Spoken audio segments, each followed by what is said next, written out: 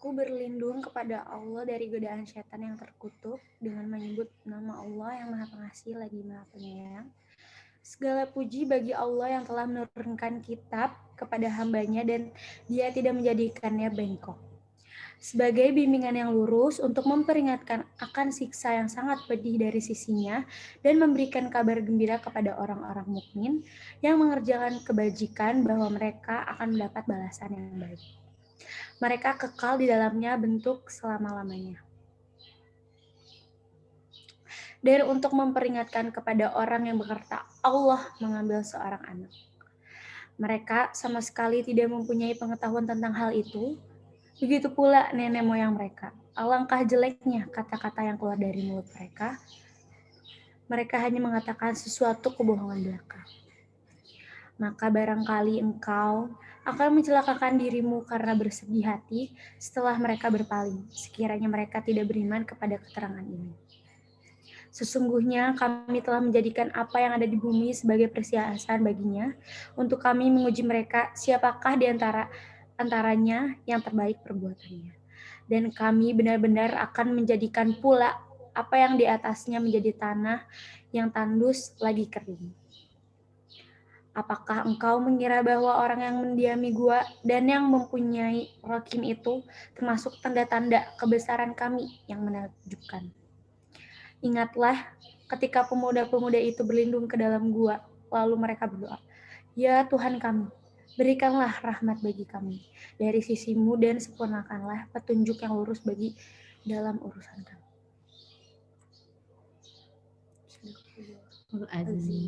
Assalamualaikum warahmatullahi wabarakatuh. Waalaikumsalam warahmatullahi wabarakatuh.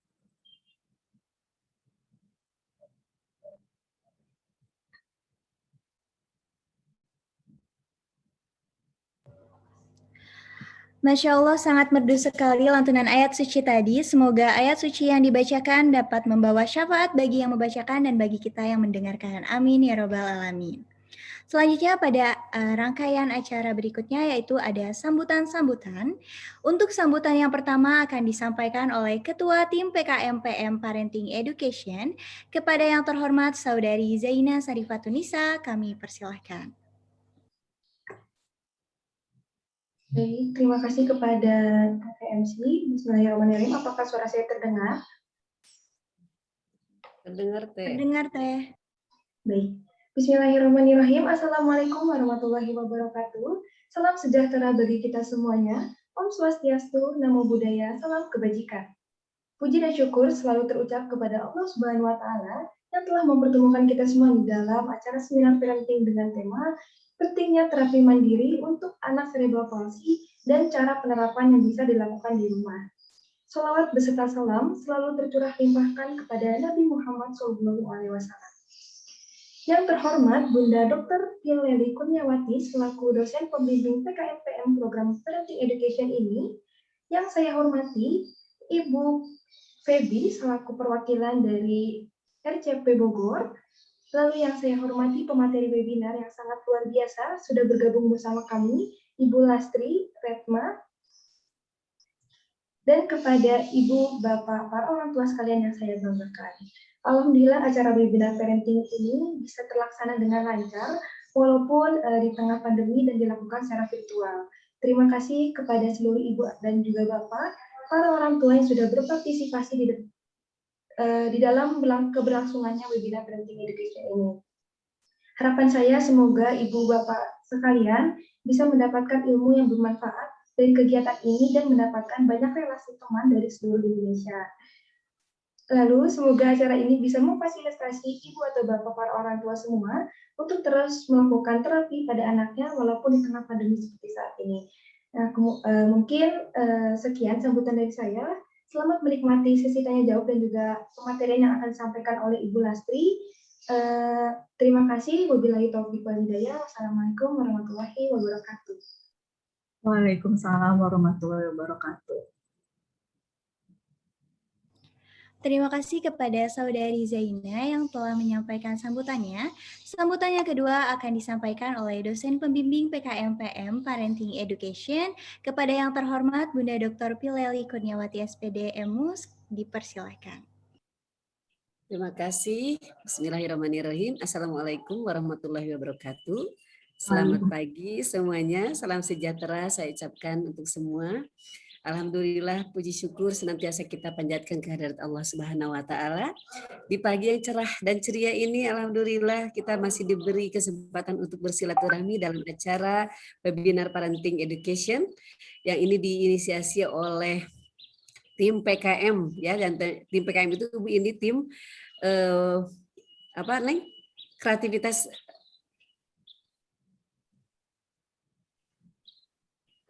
kok jadi blank saya.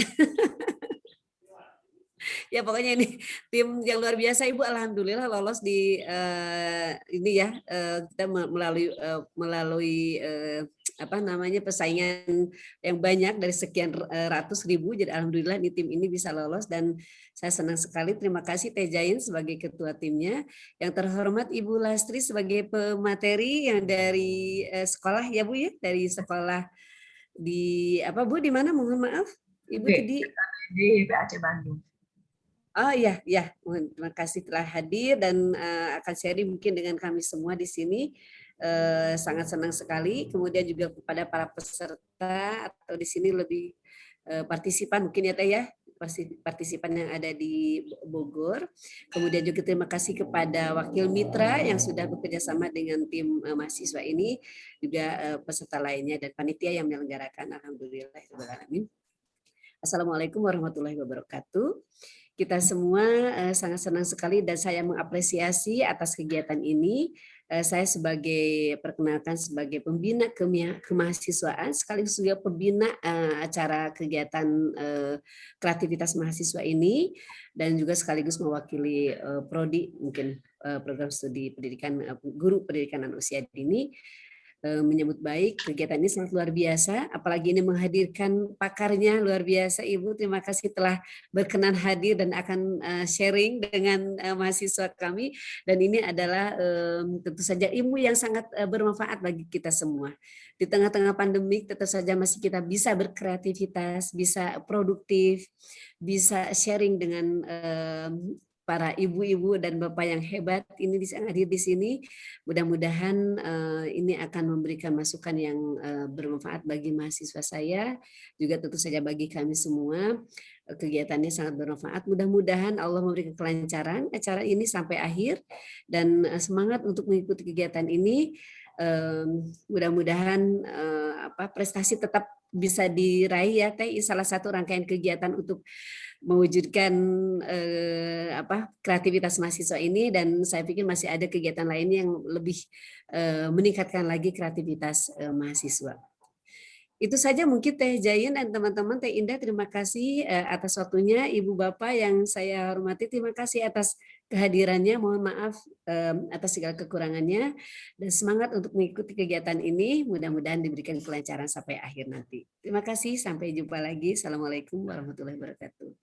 Waalaikumsalam warahmatullahi wabarakatuh. Assalamualaikum warahmatullahi wabarakatuh. Terima kasih banyak kepada Bunda Leli yang telah memberikan sambutannya. Sambutan selanjutnya yang terakhir itu akan disampaikan oleh perwakilan dari RCP Bogor kepada Bunda Pebi. Dipersilahkan. Iya, terima kasih Kakak. Assalamualaikum warahmatullahi wabarakatuh. Iya. Ya, saya ucapkan terima kasih sekali lagi kepada para mahasiswa, kakak-kakak mahasiswa dari Universitas Pendidikan Indonesia, lalu Ibu dosen pembimbing, Ibu Dr. Ibu Leli Kurniawati, lalu ada Ibu Lastri Retma yang nantinya memberikan materi untuk kita masukkan sebagai Ibu. Memang butuh materi seperti ini sih Bu, karena pandemi seperti ini gitu. Semoga nanti ke depannya program-program yang akan dijalankan berjalan dengan lancar, dan semoga lagi ikut lomba ya Kak ya.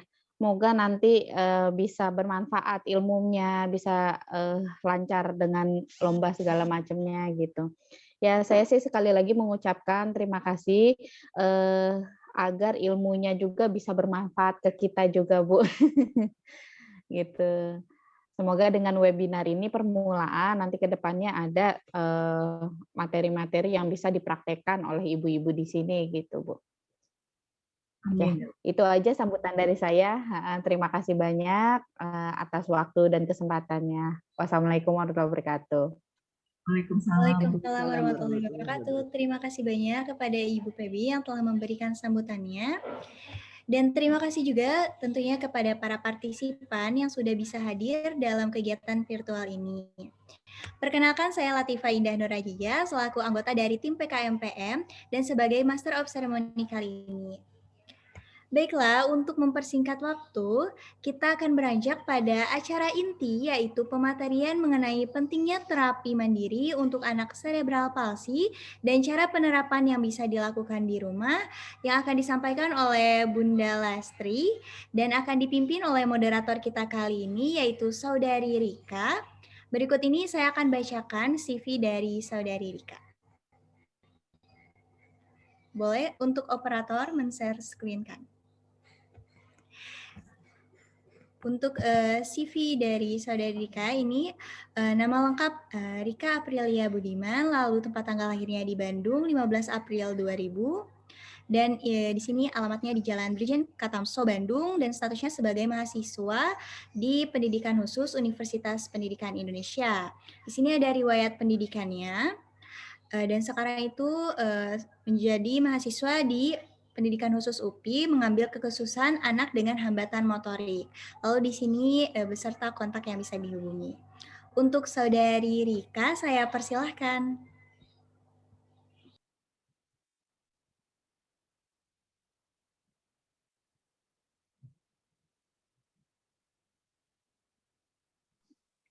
Ya, terima kasih Saudari Indah.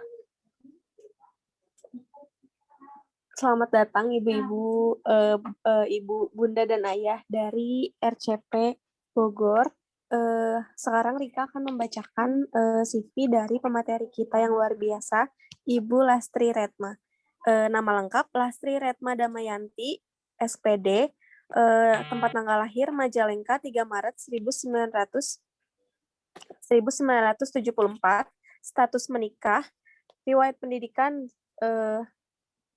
tahun 1986 yaitu sekolah dasar, tahun 1989 yaitu sekolah menengah pertama, tahun 1992 yaitu sekolah menengah akhir, dan tahun 1998 itu memulai universitas di IKIP ya Bu. Kemudian pekerjaannya dari tahun 1998 sampai 1999 yaitu ortopedagogik di SD Al-Ghifari. Tahun 1999 sampai 2006 yaitu ortopedagogik di UPI. Kemudian tahun 2000 sampai 2012 yaitu ortopedagogik di Biro Psikologi Swaparinama Bandung. Tahun 2006 sampai dengan sekarang yaitu guru SLBD di YPAC Bandung. Kepada Ibu Lastri Retma Damayanti, saya persilakan. Terima kasih Mbak Rika dan semua peserta yang hadir, bunda-bunda, ayah, mungkin ada ayah juga ya, bunda, ayah, partisipan dari komunitas Ramah Cerebral Palsy Bogor, kemudian Ibu Leli juga sebagai dosen pembimbing dari PAUD UPI ya. Baiklah, saya akan mencoba, sebentar, mungkin dari saya aja dulu Mbak ininya, share screen-nya. Oh iya, boleh. Silakan, Ibu. Terima kasih atas kesempatan yang diberikan kepada saya. Saya merasa mendapatkan kehormatan dan kebanggaan untuk bisa bergabung bersama dalam kegiatan webinar EduParenting ini. Mudah-mudahan apa yang saya sampaikan sebenarnya bukan mengisi materi ya, lebih tepatnya saya sharing, karena saya itu latar belakangnya adalah ortopedagog, guru, tapi memang lama berkecimpung di dunia anak-anak tunadaksa karena saya bekerja di SLBD bagian D ya, tunadaksa. Sebenarnya ada yang lebih tepat untuk menyampaikan terapi ini, yaitu fisioterapi. Kami punya fisioterapinya, hanya saja karena sedang dalam ada kegiatan, jadi saya ikut menyampaikan berdasarkan dari pengalaman dan pengamatan yang saya alami di sekolah saya.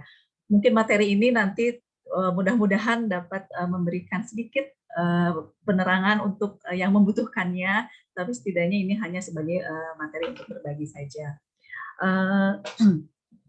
Kita akan coba berapa menit ya? 40 menit ke depan ya? Iya, betul, Ibu.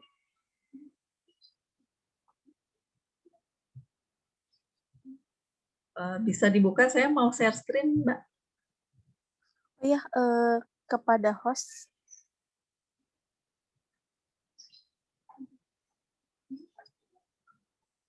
Dibuka izinnya supaya bisa share screen, Ibunya. Ya. Dicoba lagi, Bu. Apa sudah bisa? Belum bisa.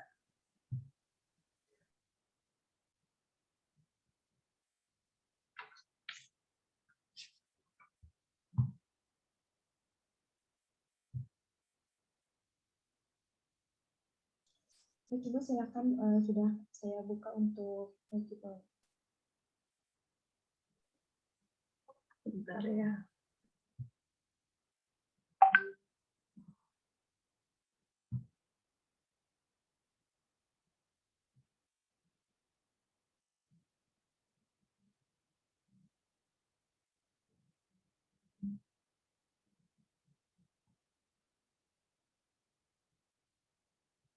Oh, tidak apa-apa, saya kasih materi dari sana. Agak kesulitan dari sini, nggak bisa, Mbak.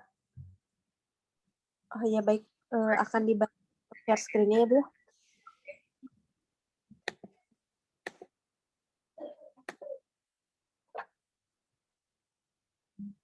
Oke.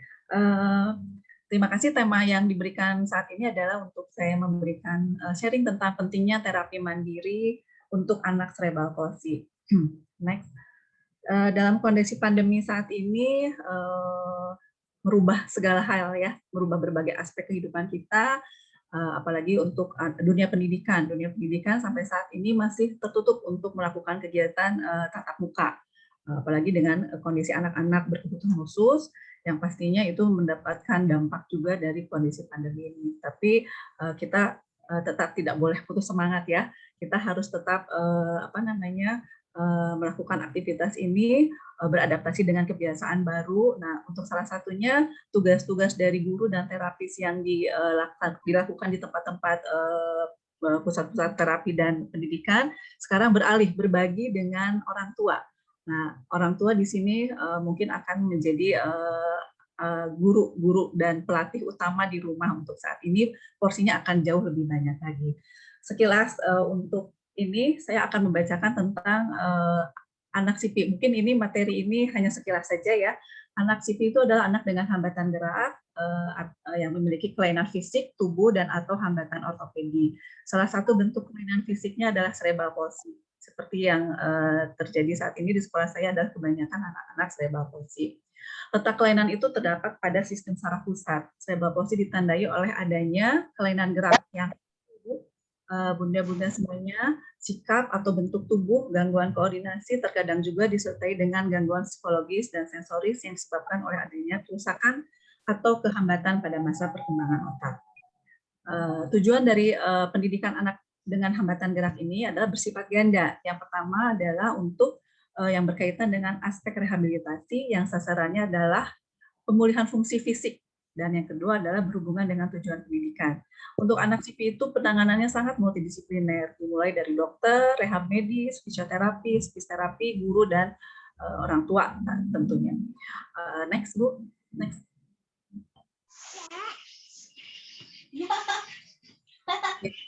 Next, ini berikutnya.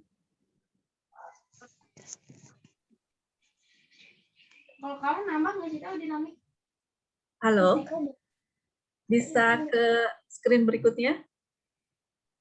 Iya, saya itu ke strip berikut.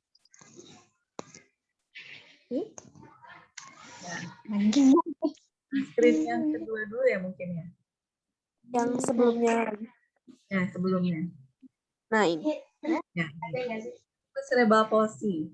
Tipe-tipe cerebral palsy mungkin bunda-bunda, kakak-kakak semuanya sudah paham tentang tipe-tipe cerebral palsy itu. Yang pertama adalah tipe spastik. Mangga spastik ini merupakan berkaitannya dengan gejala kekejangan atau kekakuan pada sebagian ataupun seluruh otot. Ada yang sebagian dan ada yang seluruhnya. Kekakuan tersebut timbul sewaktu akan digerakkan sesuai dengan kehendaknya. Ketika anak sedang dalam keadaan emosi, maka kekakuan ini akan semakin meningkat, sehingga anak akan semakin kesulitan untuk menggerakkan anggota tubuhnya.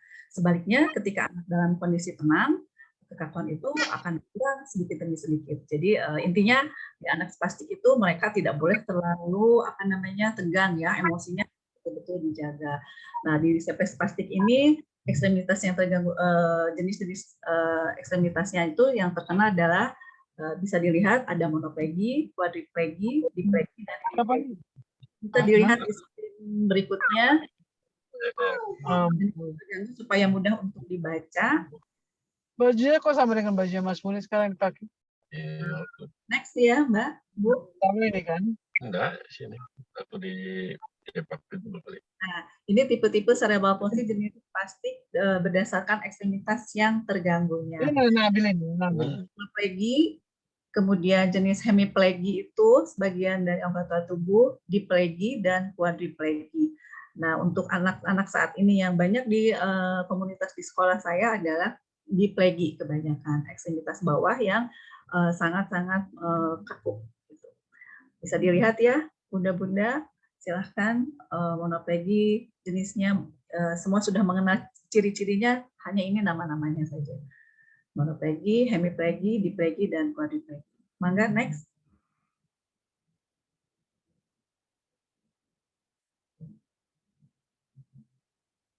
Nah, kemudian jenis yang kedua adalah atetoid. Atetoid ini kekhasannya memiliki gejala adanya gerakan yang tidak terkoordinir atau tidak terkontrol.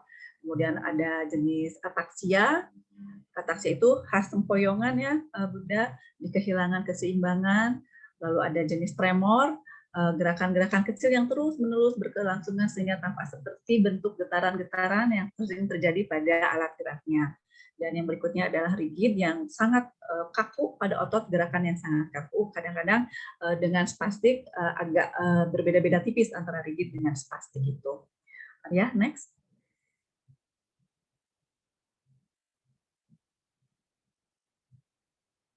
Nah, untuk klasifikasi cerebral palsy itu di lapangan sering kita temui ada beberapa anak yang memiliki hambatan, tapi mereka masih bisa berjalan. Nah, itu ada pada level 1. Kemudian ada yang pada level 2, keterbatasan dalam berjalan, terutama pada jarak tempuh masih bisa berjalan, daya keseimbangannya berbeda dengan level 1, yang anak ini sudah bisa melompat dan misalnya melompat dan berlari di level 1, nah pada level 2 ini dibutuhkan alat untuk memulai mobilisasi saat pertama kali belajar berjalan. Lalu ada level 3 itu mereka membutuhkan bantuan alat, misalnya berpegangan pada tangan orang tua, kadang-kadang harus dibantu dengan cara diperpegangan pada benda juga, ketika berjalan di dalam ruangan. Sedangkan untuk di luar ruangan, kegiatan sosialisasi di sekolah-sekolah, mereka membutuhkan alat bantu beroda, misalnya kursi roda. Nah, karena mereka sangat terbatas untuk mobilisasinya, untuk berpindah tempatnya. Kemudian di level yang keempat itu adalah anak dapat menggunakan mobilitas sendiri, menggunakan alat atau teknologi penggerak. Ketika duduk, anak harus mendapatkan support. Keterbatasan dalam bergerak tanpa alat bantu membutuhkan kursi roda untuk berpindah. Levelnya lebih tinggi lagi. Dan yang terakhir itu anak yang mengalami di level kelima itu kontrol kepala dan tubuhnya itu memiliki sangat keterbatasan di kontrol tubuh dan kepalanya. Anak membutuhkan bantuan fisik maupun peralatan berteknologi. Biasanya di level 5 ini mereka akan pasif duduk di kursi roda yang manual. Tapi ada yang sangat berat sekali sudah mulai menggunakan elektrik. Maka next.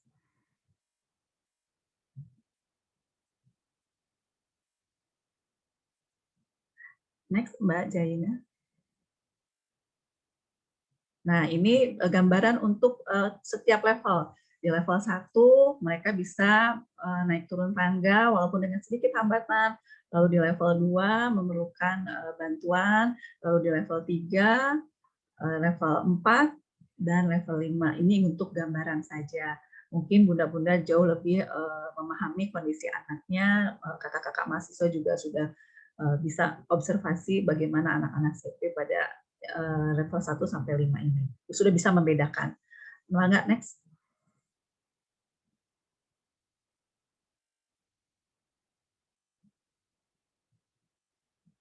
Oke, dampak hambatan geraknya itu dampak bukan hambatan gerak, ini dampak pada anak-anak dengan hambatan gerak itu berdampak pada akademik dan kemampuan fisik. Di akademik ini karakteristik penyandang cerebral palsy itu seperti anak pada umumnya rentangannya, dimulai dari anak yang memiliki hambatan keterbelakangan mental sampai bahkan ada gifted juga. Jadi tidak ada kalaupun terganggu di pusat kecerdasannya, berat ringannya itu berbeda-beda setiap anak. Jadi tidak berarti bahwa anak cerebral palsy itu terganggu kemampuan kecerdasannya, tidak. Mereka sama seperti anak pada umumnya, memiliki rentangan dari yang terbelakang mental sampai yang gifted. Ada yang normal, ada yang borderline, ada yang memiliki keterbelakangan mental. Jadi hambatan pendidikan ini bisa diatasi di dalam dunia pendidikan dengan sekolah. Menurut Hartman, ini mengumpulkan bahwa 45% anak cerebral palsy mengalami keterbelakangan mental. 35% mempunyai kecerdasan normal dan sisanya memiliki kecerdasan di bawah rata-rata. Jadi tidak semua anak cerebral palsy terganggu kemampuan kecerdasan intelektualnya. Secara fisik, penyandang cerebral palsy ini memiliki hambatan tambahan biasanya, tapi tidak semua juga. Ada yang murni hanya gerak saja, tapi ada beberapa yang memang terganggu, terhambat di kemampuan berbicaranya, karena mungkin pusat bicaranya terganggu di otaknya, kemudian ada yang juga terganggu pusat pendengarannya, seperti itu. Jadi ada yang mengalami gangguan bicara, maka dia diperlukan terapi bicara. Lalu, next.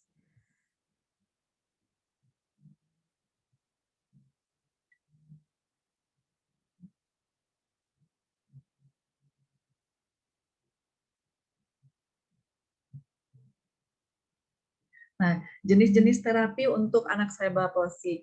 Mungkin bunda-bunda sudah melakukan kegiatan terapi ini di pusat-pusat terapi ya, atau di sekolah-sekolah yang memiliki fasilitas terapi-terapi untuk anak-anak cerebral palsy. Saya hanya membahas sedikit tentang bahwa terapi-terapi untuk anak dengan hambatan gerak cerebral palsy ini terdiri dari 4 jenis terapi, yaitu ada terapi fisik, terapi wicara, terapi okupasi, dan terapi air. Kita mulai dari jenis terapi anak cerebral palsy yang terapi fisik atau fisioterapi.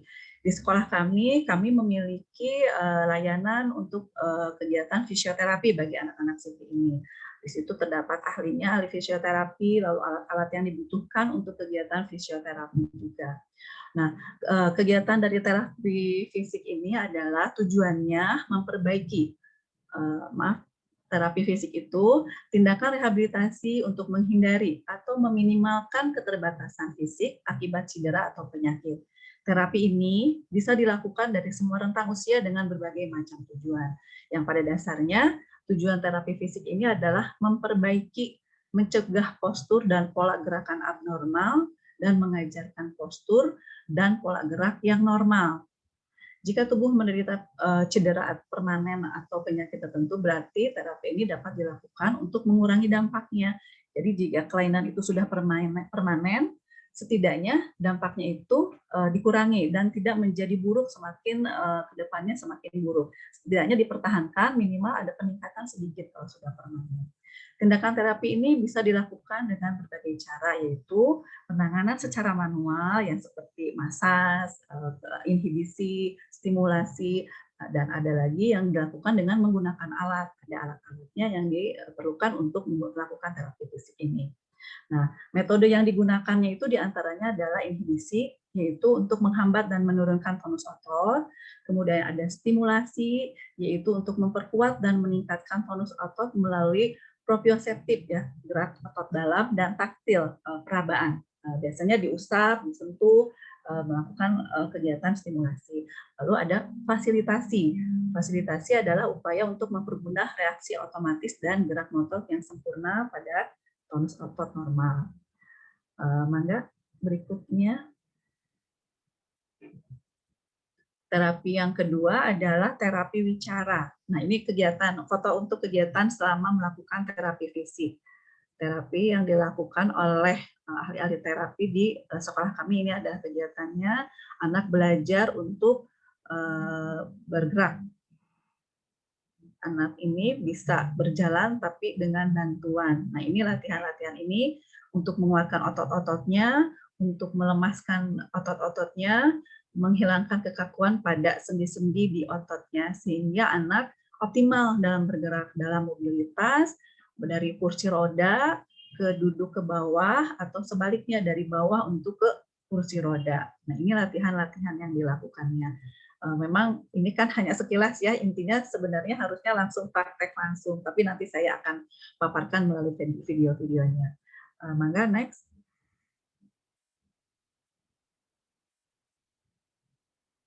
Tadi adalah fisioterapi yang berhubungan dengan otot dan sendi pada anak. Berikutnya adalah terapi yang dilakukan untuk mengatasi kemampuan bicara yang terhambat, yaitu dengan melakukan terapi bicara. Di sekolah kami ada unit untuk terapi bicara, ada speech terapinya khusus. Nah, untuk terapi bicara ini digunakan sebagai landasan untuk perkembangan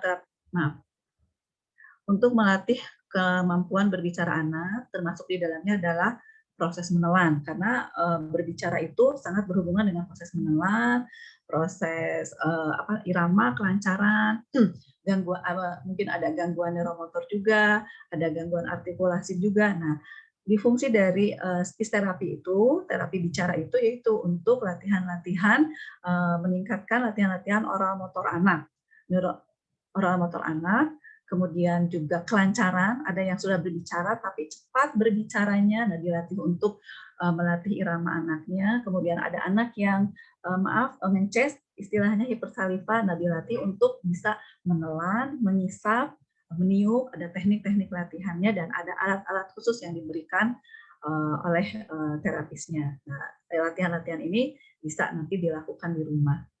Lalu berikutnya adalah terapi okupasi. Next, nomor 3, terapi okupasi.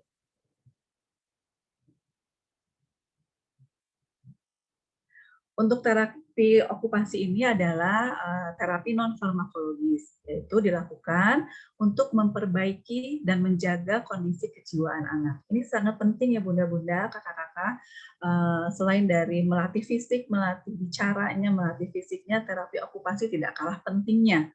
Terapi okupasi ini sangat erat kaitannya dengan kondisi di rumah, dengan orang tua, guru, dan terapi-terapi lainnya sangat diperlukan untuk anak-anak dengan hambatan cerebral palsy ini.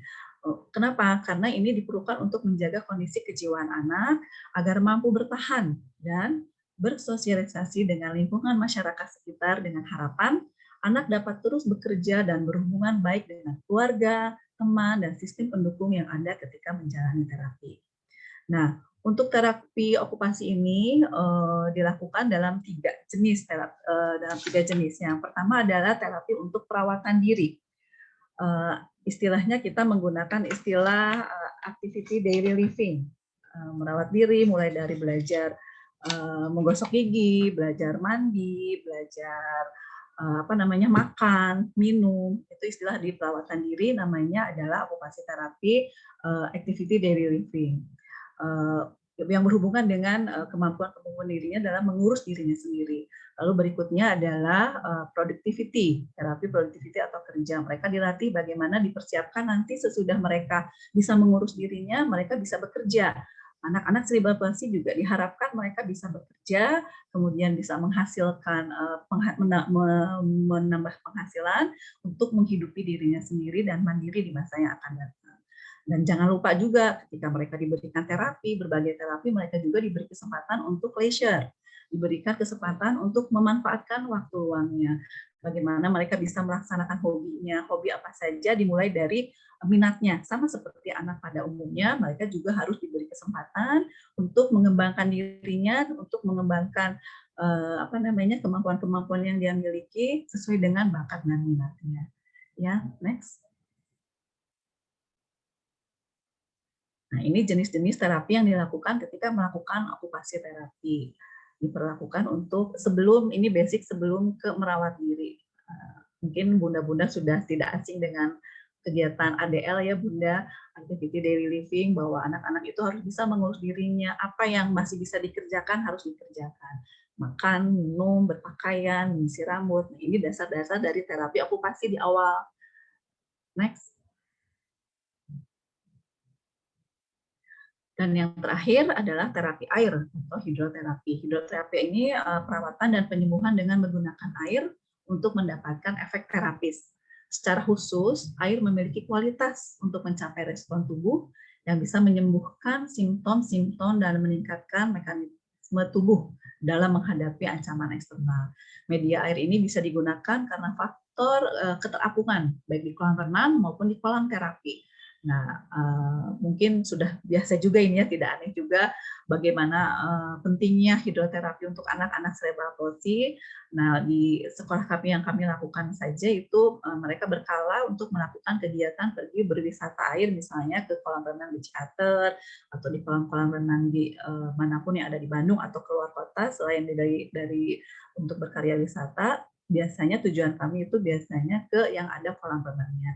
Karena anak-anak SIPI ketika di kolam renang, di pengalaman yang saya amati itu, mereka itu bisa bergerak, menghindari, mengurangi, meminimalisir untuk kemungkinan mereka jatuh, kemudian mereka bisa terapung, mereka bisa berlatih, bisa menggerakkan anggota geraknya, tangan dan kakinya. Itu sangat-sangat memungkinkan ketika mereka berada di kolam. Nah, lalu hidroterapi ini adalah metode yang sangat-sangat efektif karena mereka bisa bergerak tanpa harus beban pada anggota gerak lainnya, tapi mereka bisa mengapung. Maka dilihat di gambarnya terapi airnya. Next.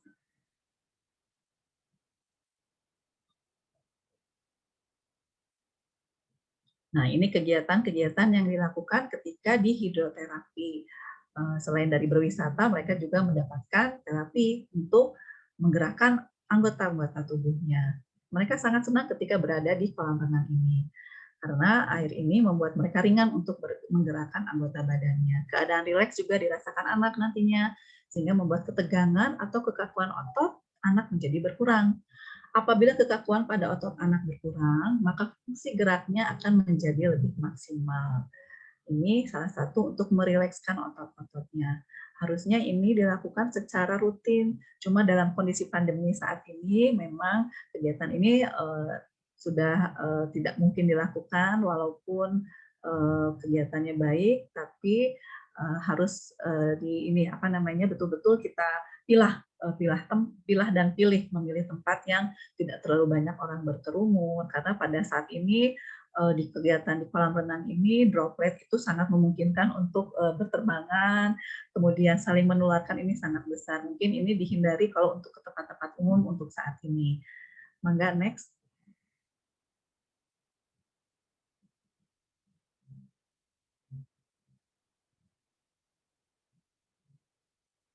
Ya, berikutnya.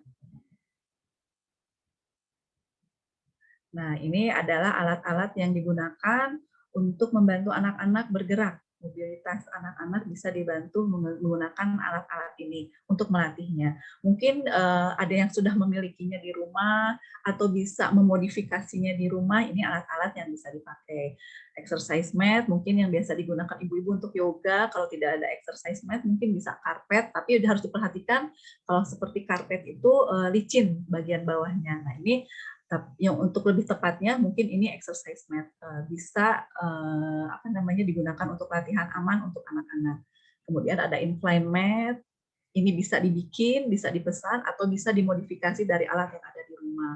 Kemudian wall bars itu nempel ke dinding. Alat ini memang membutuhkan biaya yang cukup mahal kalau kita membelinya, tapi kalau misalnya kita memodifikasinya di rumah, kita bisa membuatnya. Lalu ada parallel bars, ini untuk anak-anak latihan berjalan, bisa juga dimodifikasi di rumah. Ada untuk alat naik turun tangga, bagi yang memiliki treadmill bisa menggunakan treadmill, kemudian ada papan titian. Mungkin ketika saat pandemi ini kita dituntut untuk lebih kreatif ya, bunda-bunda bisa mengembangkan kreativitas ayah dan bundanya untuk caranya gimana nih untuk supaya anak-anak tetap berlatih di rumah, apa yang bisa digunakan, bisa ini menjadi bahan inspirasi untuk dipakai untuk dibuatkan alat-alat di rumah.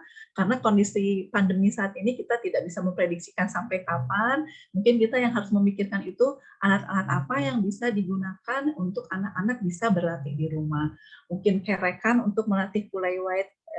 Bunda-bunda bisa bayangkan kerekan seperti burung yang diangkat ke atas itu. Nah, kita bisa menggunakan tiang atau bambu yang ditancapkan di situ, kemudian ada dibuatkan kerekannya, anak berlatih untuk menguatkan otot-otot tangannya. Jadi di rumah itu anak tidak dibiarkan untuk hanya duduk, kemudian berbaring, hanya nonton, main gadget. Nah, itu akan menurunkan kualitas dan derajat fungsi dari otot dan sendi anak-anak. Jadi jangan sampai seperti itu. Karena kalau itu sudah terjadi, yang kita takutkan adalah deformitas ya bunda-bunda.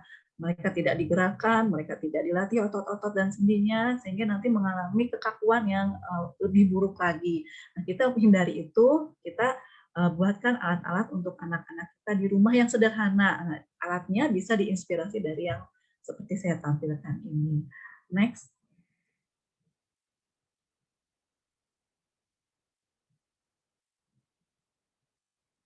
Nah, kalau ini alat yang dipakai untuk bergerak. Kalau ini sudah tidak asing ya bunda-bunda. Ini ada brace untuk memperbaiki anak-anak yang dengan gangguan skoliosis di punggung dan pinggangnya. Kemudian splint atau spalt, dan ada protesis tangan atau kaki itu untuk untuk anggota gerak yang terhambat. Nah, ini alat-alat yang dimodifikasi itu ada alat tulis modifikasi, ada alat makan modifikasi, ada head pointer, ada meja dan kursi belajar yang dimodifikasi, dan ada papan tulis modifikasi.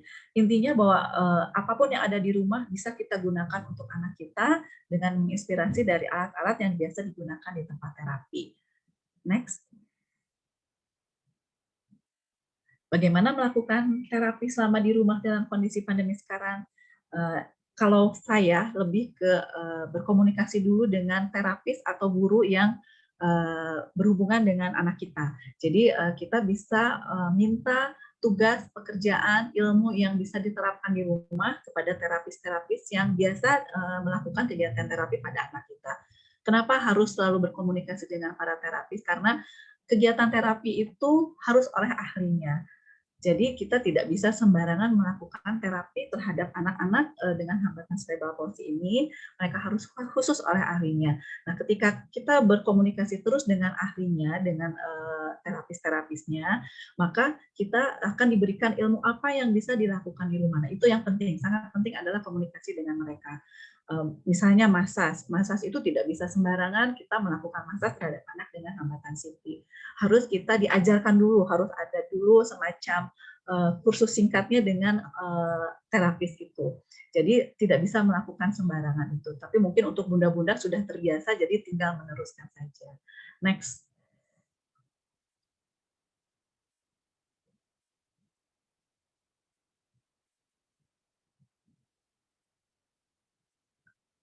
Next ya.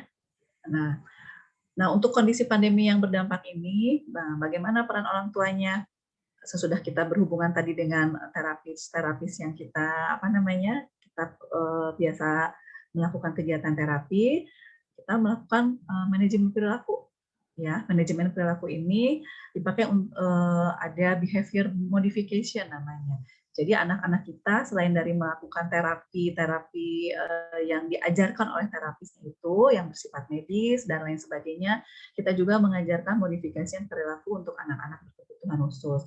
Hanya saja perilaku kegiatan-kegiatan terapi ini dilakukan tetap dengan koordinasi dengan terapis-terapisnya tadi.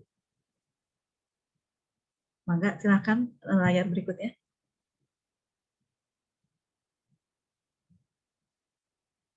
Seperti yang saya katakan tadi bahwa peran orang tua menjadi sangat besar porsinya ya bunda-bunda di rumah itu. Nah, orang tua menjadi terapis utama sekarang di rumah. Nah, berikut adalah cara mengoptimalkan perkembangan anak dengan cerebral palsy selama di rumah. Yang pertama adalah peduli dengan pengobatan dan terapinya. Tetap, jadi terapi itu tetap harus berjalan di rumah itu dengan modifikasi alat yang ada di rumah, dengan memanfaatkan alat yang ada di rumah. Kemudian yang tadi seperti saya ungkapkan bahwa menjadi terapis di rumah itu, menjalani terapi di rumah secara mandiri merupakan salah satu solusi di saat masa pandemi ini. Namun Anda bisa ikut mempelajari gerakan terapi untuk anak dengan cerebral palsy agar bisa mempraktikkannya di rumah, seperti berkonsultasi dengan ahlinya yang tadi sudah saya sebutkan. Gerakan-gerakan yang dilakukan, latihan-latihannya yang dilakukan itu tidak membahayakan untuk kondisi anak. Terapi bagi penderita cerebral palsy adalah langkah yang sangat penting. Terlebih jika anak sering merasakan nyeri akibat kaku otot. Sebaiknya juga ikut mempelajari teknik dasar pemijatan untuk penderita cerebral palsy yang diperoleh dari terapisnya. Yang sudah saya tadi ungkapkan bahwa kita harus berkoordinasi dengan terapisnya. Nah, ini adalah teknik-teknik latihan untuk anak-anak yang belum bisa duduk sendiri, dilatih duduk, melatih gerakan anggota gerak yang dimulai dari pinggul, lutut, pergelangan kaki dengan posisi tidur, telentang, dan tengkurap. Kemudian latihan mengangkat pantat untuk anak-anak yang memiliki hambatan gerak dari panggul ke bawah pada posisi terlentang. Lalu ada latihan berguling. Latihan berguling bunda-bunda pasti sudah hafal. Jadi intinya mereka anak yang belum bisa duduk harus dilatihkan supaya bisa duduk. Anak yang sudah bisa duduk ditingkatkan. Jadi di start awalnya di mana kemampuannya. Kalau memang belum bisa duduk dilatihkan untuk duduk. Sesudah itu nanti dilatihkan untuk mengangkat pantat dan pada posisi tidur terlentang. Kemudian jika itu sudah dikuasai, anak bisa dilakukan dengan latihan berguling-guling. Lalu ada latihan merayap, latihan onggong-onggong. Nah, pada saat latihan orang tua perlu memberikan air hangat untuk meredakan karena ketika latihan itu pasti anak-anak merasakan sakit ya Bu ya, karena otot dan sendinya dipaksa untuk difleksibelkan, maka dilakukanlah dengan meredakan kesakitannya itu menggunakan terapi air hangat. Handuk dicelupkan ke air hangat, lalu diberikan usapan, dikompreskan ke bagian otot yang sedang dilatihkan. Kemudian latihan berikutnya adalah latihan berjalan. Berjalan dengan dasar lantai berkerikil atau tidak tajam bagi yang mampu, atau berjalan di rumput, tapi itu kalau perlu anak sudah bisa mobilisasi keluar. Kalau belum di dalam rumah saja, bisa menggunakan pembatas, menggunakan lakban yang dibatasi kanan dan kiri, kemudian anak berjalan di antara pembatas tersebut. Latihan berjalan dengan dasar lantai itu, kemudian latihan posisi W bagi anak-anak yang masih belum bisa duduk itu ya. Lalu latihan berdiri dibantu oleh orang tua karena misalnya belum ada alat yang bisa digunakan untuk membantu anak-anak itu, maka dibantu oleh orang tua, dipegangi dari belakang, orang tua dalam posisi di belakang. Kemudian untuk anak-anak dengan hambatan atetoid yang bergerak itu sering koordinasi geraknya terganggu, dilakukan menggunakan latihan konsentrasi. Latihan yang dapat diberikan itu diantaranya bersalaman, atau bertepuk tangan. Dengan kata lain, anak dengan hambatan ini memerlukan banyak kesibukan yang melibatkan aspek motoriknya supaya lebih terkoordinasi. Sedangkan anak tipe tremor ini jarang ya, kalau untuk tremor biasanya ditemui pada orang lanjut usia dengan stroke, sedangkan pada anak CP terlebih jelasnya adalah klonus, gerakan yang tanpa disadari. Misalnya ketika kita gerakan ininya, mereka akan bergerak lebih cepat lagi. Nah, itu istilahnya dikatakan dengan klonus. Nah, anak dengan gangguan klonus ini diberikan dengan memberikan stimulus motorik. Next.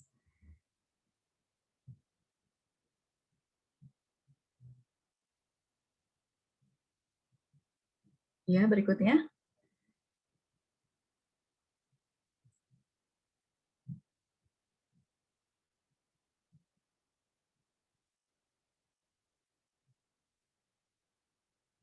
Screen berikutnya, Mbak. Nah, yang ketiga adalah bantu anak tetap aktif selama di rumah. Belum. Yang tadi belum selesai, yang poin ketiga. Nah, bantu anak tetap aktif. Anak dengan cerebral palsy memang tidak bisa berolahraga seperti anak pada umumnya, tapi ada juga yang sudah bisa berolahraga. Kita bicara yang dalam kondisi tidak bisa berolahraga. Namun, membuatnya tetap aktif, bergerak, tetaplah penting, Bunda-Bunda. Bantu anak berjalan bila memungkinkan. Bermain secara fisik, bukan dengan gadget. Bergerak sebisa mungkin, pokoknya bergerak. Anak itu harus selalu dilatih untuk selalu bergerak. Ketika ia bergerak aktif, kekakuan ototnya bisa berkurang. Kalau kita diamkan, akan bertambah kakunya. Lalu perluas wawasan anak. Ajari anak mengunjungi museum atau tempat-tempat yang sudah diperbolehkan secara dalam kondisi pandemi ini yang tidak terlalu banyak, bisa ke alam, mengerjakan prakarya, atau hanya mendengarkan musik di taman, bisa pergi ke taman-taman kota yang ketika belum banyak orang, di taman-taman di komplek, mendengarkan musik, atau memperluas wawasan lainnya. Maka ini juga penting untuk meningkatkan kepercayaan diri anak. Harus anak-anak terus ditumbuhkan rasa percaya dirinya. Lalu perhatikan juga asupan makanan anak. Obatnya apa yang diperlukan tetap dijaga, makanan-makanan yang bergizi harus tetap diberikan supaya anak-anak kondisi fisiknya tetap fit. Lalu tetap bersikap positif ya Bunda-Bunda, orang tua harus menyemangati anak untuk menjalani pengobatan dan terapinya. Jika orang tua menunjukkan sikap positif, maka semangat yang sama akan menular kepada anak. Memang tetap berpikiran positif di tengah kondisi anak sipil tidaklah mudah. Namun ingat bahwa anak membutuhkan Anda, bunda-bunda, ayah, untuk selalu menjadi penyemangat di saat-saat sulitnya. Next.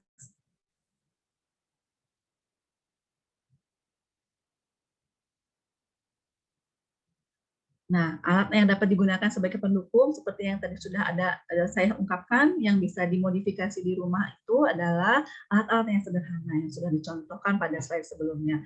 Sedangkan yang berkaitan dengan memijat, disarankan dilatihkan dulu orang tuanya supaya bisa dilanjutkan di rumah secara berkesinambungan karena memerlukan pengetahuan yang lebih sehingga dibutuhkan seorang profesional yang melakukannya.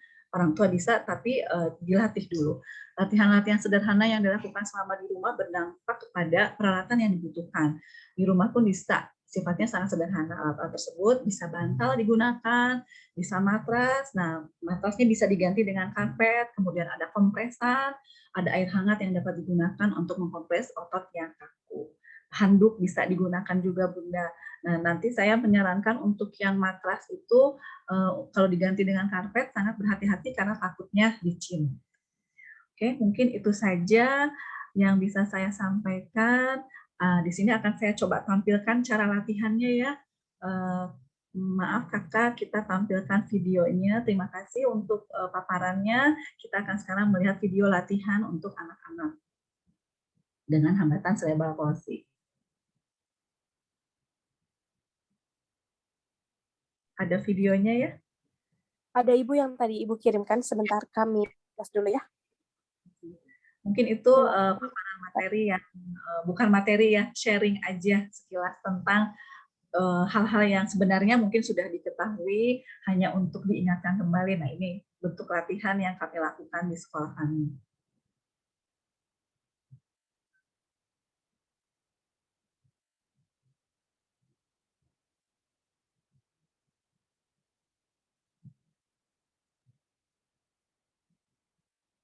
Latihan bobat dengan menggunakan metode bobat. Metode bobat itu dimulainya dari proksimal ke distal. Jadi kita menggunakan latihannya mulainya dari kepala. Ini kondisi cerebral palsy di Plegi.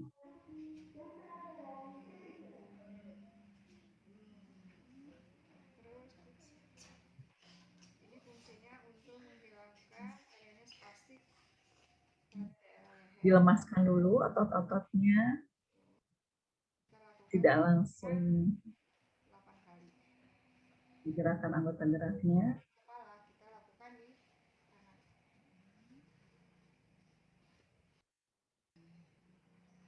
Kita lakukan gerakan fleksi. Beberapa kali. Baru letakkan pada gerakan elbow.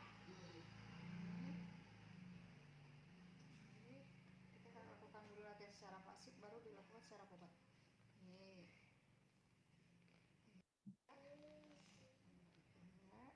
Sekarang baru kita gabung gerakannya dengan dikasih stimulasi pada dada.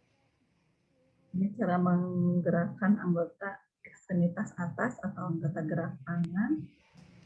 Ini juga yang kiri. Kita lakukan sama gerakan fleksi.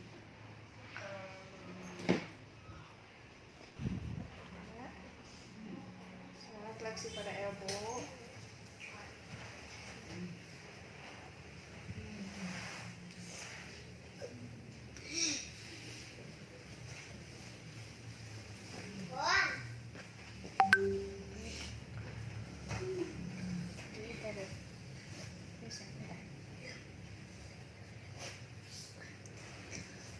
Gerakan berhubung ini ada kaku, kita lakukan gerakan pronasi dan supinasi.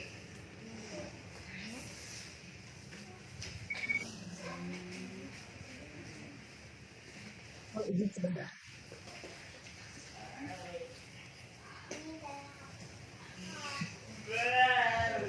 Lakukan beberapa kali sampai anak ini otot-ototnya lemas. Setelah itu kita lakukan pada daerah anggota gerak bawah. Kita lakukan dulu gerakan fleksi pada hip. Kita lakukan dua-duanya. Lakukan bareng-bareng. Ini fungsinya untuk mengurangi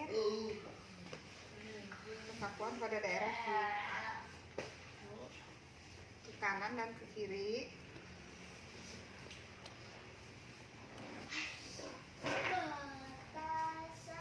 Ya, ini udah rada lemas, baru kita lakukan gerakan satu-satu.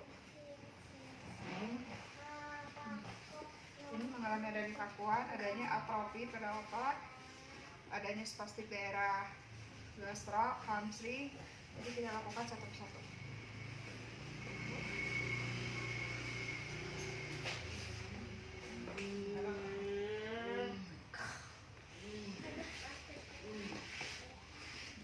Lakukan selama 8 kali gerakan.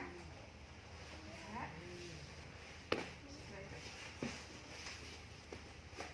Ini kita lakukan ini untuk menghilangin kekakuan pada daerah otot-otot aductor. So, jangan dorong ya. Sama dan dorong Mak. Terus lagi lakukan ini beberapa kali sampai otot-otot lemes. Ya. Itu juga sebaliknya sama seperti ini.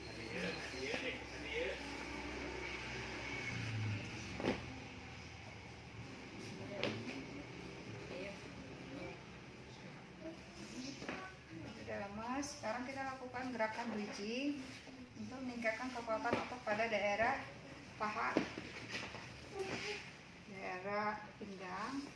Satu, lagi turun, lagi, lakukan beberapa kali sampai otot-otot yang di daerah pinggang mengalami kelemahan. Terus, sekarang anak posisi tengkurap, kita latihan bangun. Ya, posisi ya, ya, tangannya nak. Bangun yang tepat seperti ini. Tangannya nak, tangannya di bawah dada. Tuh, kakinya yang satu kita dorong tuh ke depan. Ya, kita kasih stimulasi pada daerah pantat. Lagi pada daerah pantat, daerah belakang. Terus bangun. Ayo. Tuh. Sekarang lakukan posisi duduk sila. Ini. Ya, sendiri.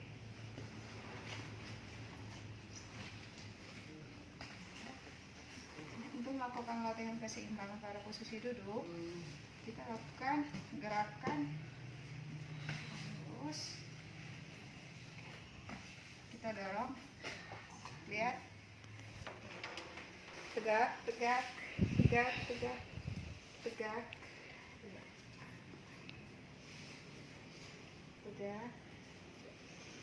Lagi tegak.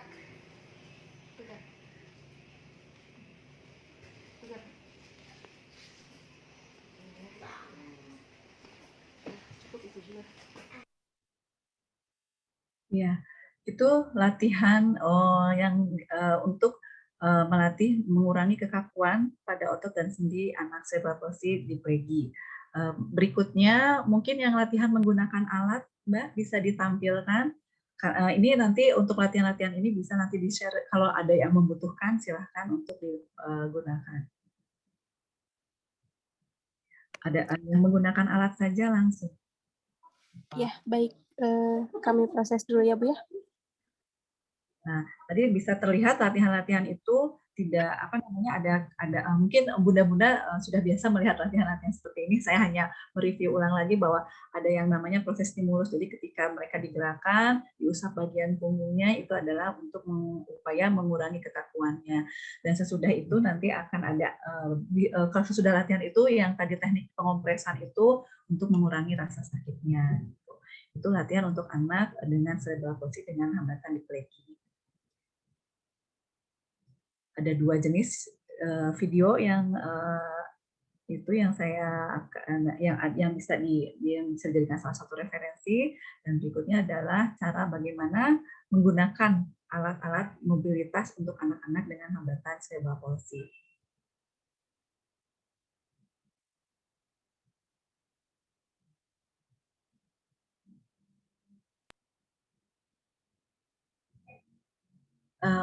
Yang alat nggak ada ya. Ini hampir sama latihannya, Mbak. Ya, tapi ini memang di ekstremitas atas dan bawahnya memang kaku semuanya. Kalau yang tadi tangannya masih bisa optimal lebih bagus lagi. Kalau ini Mohon maaf, kalau video yang pakai alat itu belum dikirimkan di WA kayaknya, Bu. Belum dikirimkan ya? Oke. Betul, belum. Boleh yang ini ditampilkan saja dulu. Masih ada waktu, Mbak?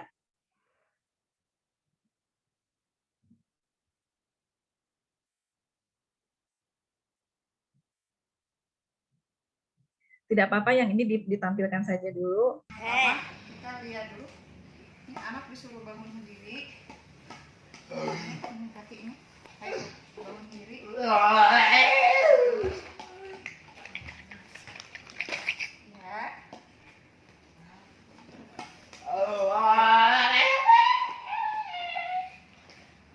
Ini hambatan kondisi tangannya terlihat Sekarang kita menggunakan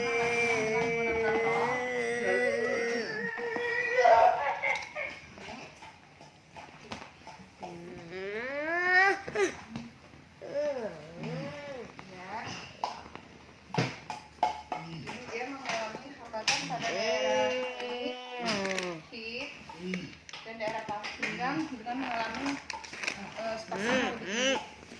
Kita coba lakukan latihan posisi mengangkat dengan menggunakan duduk, lagi duduk, terus lagi duduk lagi, lakukan beberapa kali sampai otot-otot daerah pinggang, daerah ini mengalami lemas, spasmnya menurun. Di daerah pantatnya spasmnya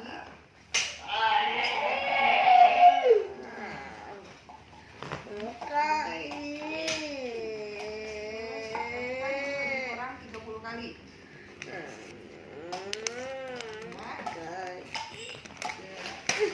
Lagi.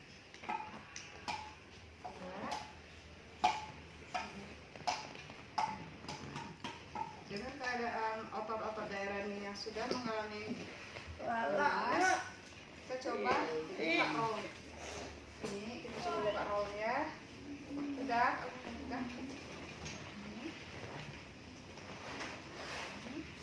Kita coba sendiri bentuknya dengan posisi ongong-ongong.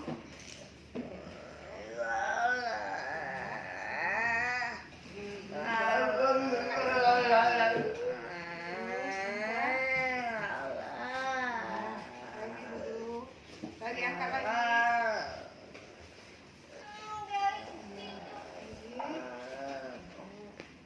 Setelah itu kita lakukan latihan daerah latih otot-otot ADD. Kita mencoba untuk latihan posisi duduk sila. Ini.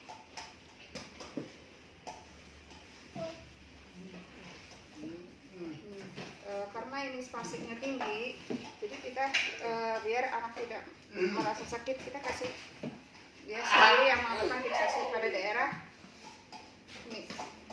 Kita kasih sentuhan pada daerah belakang.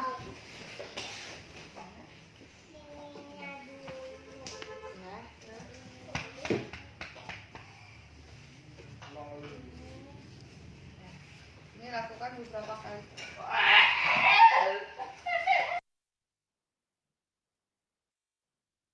Baik, itu latihannya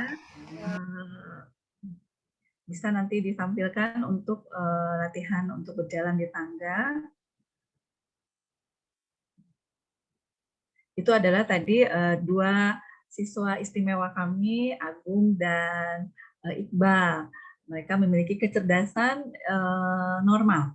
Mereka tidak terhambat secara kecerdasan, hanya hambatan fisik saja. Mereka bicara. Untuk Iqbal yang pertama tadi memiliki sedikit hambatan bicara, tapi masih jelas untuk pengucapannya. Untuk yang berikutnya Agung tidak ada hambatan bicara dan juga tidak ada hambatan kecerdasan. Jadi alhamdulillah mereka anak-anak istimewa dilatih oleh fisioterapi yang tadi itu namanya Ibu Ein di sekolah kami.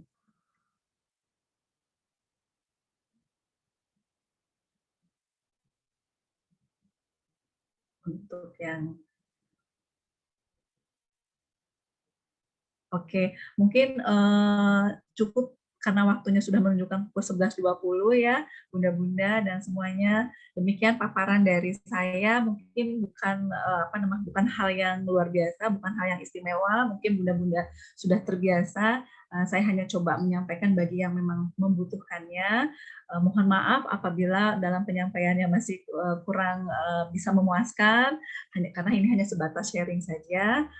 Demikian apa yang sudah saya sampaikan itu, videonya boleh nanti dipakai untuk panduan latihan anak-anak di rumah, karena ini adalah latihan-latihan sederhana yang bisa dilakukan di rumah. Untuk itu, saya akhiri untuk pemaparan saya. Demikian, terima kasih untuk perhatiannya. Wassalamualaikum warahmatullahi wabarakatuh. Waalaikumsalam warahmatullahi wabarakatuh. Ibu Lastri, terima kasih atas pematerian yang sangat luar biasa. Untuk Ayah dan Bunda, silahkan apabila ada pertanyaan, boleh langsung on mic.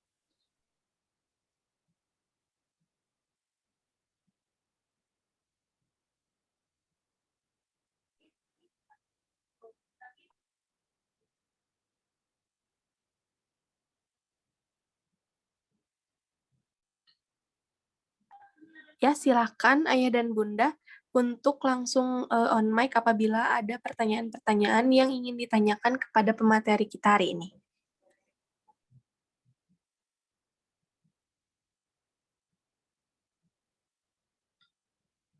Mungkin ini materinya semua orang tua sudah terbiasa dengan kegiatan-kegiatan yang tadi saya paparkan. Mohon maaf sebelumnya.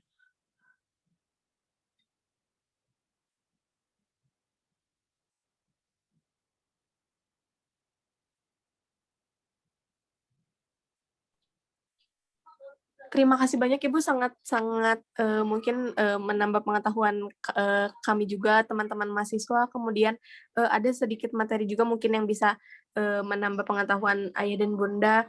Mungkin apabila Ayah dan Bunda belum ada pertanyaan, Rika akan merangkum dulu sedikit ya Bu, apa saja yang tadi disampaikan, bahwa sebenarnya banyak hal yang banyak terapi yang bisa kita lakukan kepada anak-anak cerebral palsy, namun karena pandemi ada beberapa terapi juga yang tidak bisa dilakukan.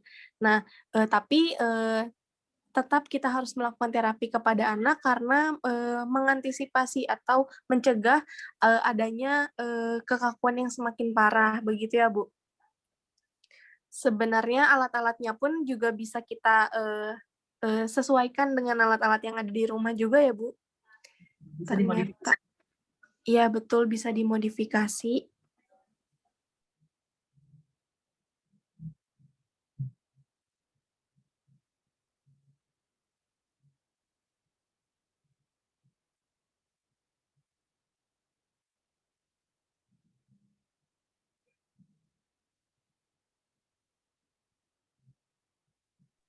Mungkin Ayah dan Bundanya sambil mengurus anak-anaknya kali ya Bu ya.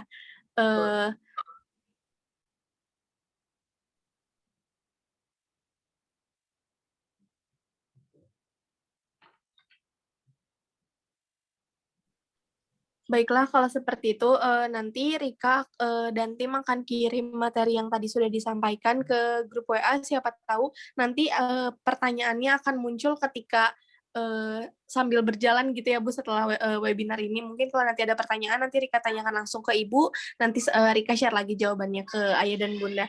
Terima kasih banyak Ibu, pemateriannya sangat-sangat luar biasa. Terima kasih Ibu. Ya, baik, saya kembalikan lagi ke MC, silahkan Indah.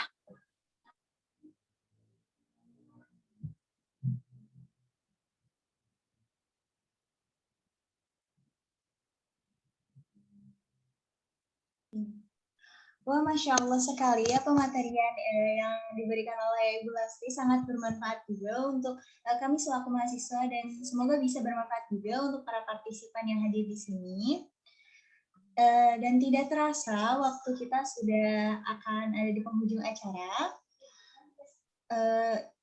Untuk acara supaya lebih hikmat, kita akan mendengarkan lantunan ayat suci atau doa penutup yang akan dibacakan oleh Saudari Alia. Kepada Saudari Alia dipersilakan.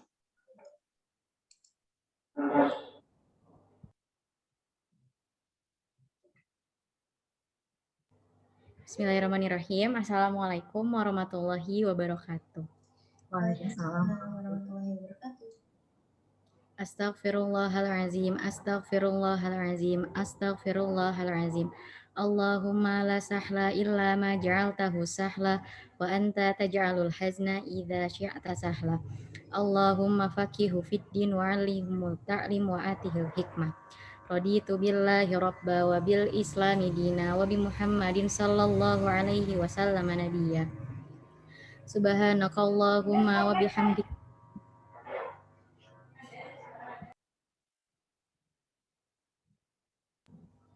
Astagfirullah.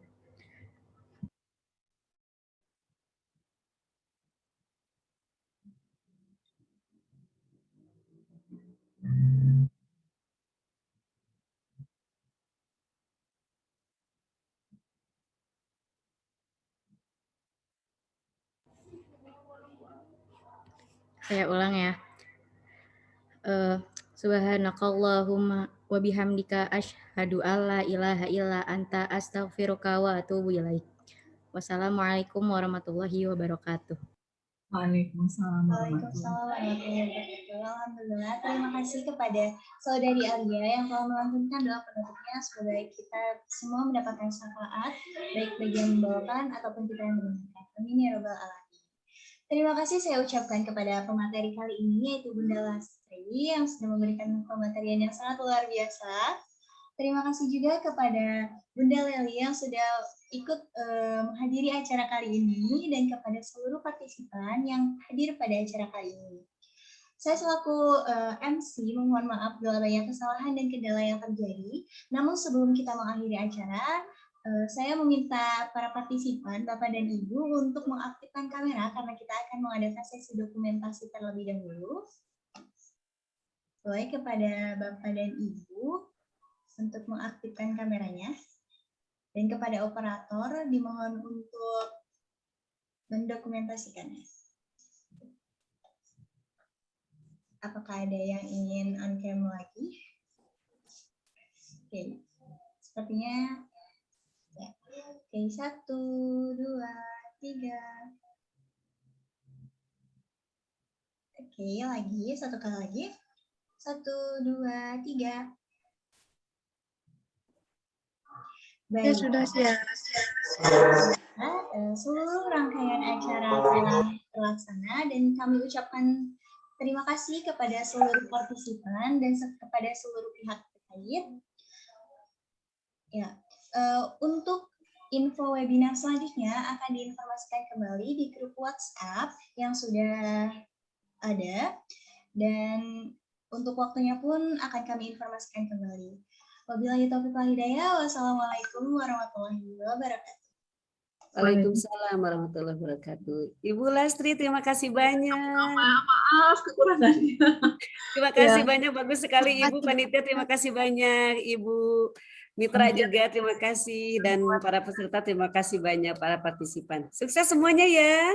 Teh Indah dan kawan-kawan, Zain, anggota juga Rika, Teh Rika, dan semuanya. Dadah, sampai jumpa lagi. Assalamualaikum. Izin left. Ya Ibu. Waalaikumsalam Bu, terima kasih banyak Bu. Sami-sami.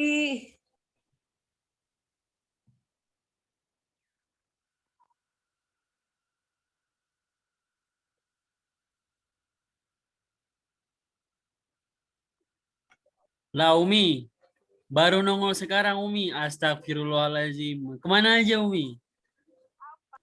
Assalamualaikum Umi. Assalamualaikum Umi. Afifah, ngapain Afifah? Mana unmute tuh? Itu udah di unmute. Mana nggak ngomong Umi? Dikira kedengeran kali ya? Lawak nih, nggak kedengeran Umi. Halo Umi. Ya, kocak nih.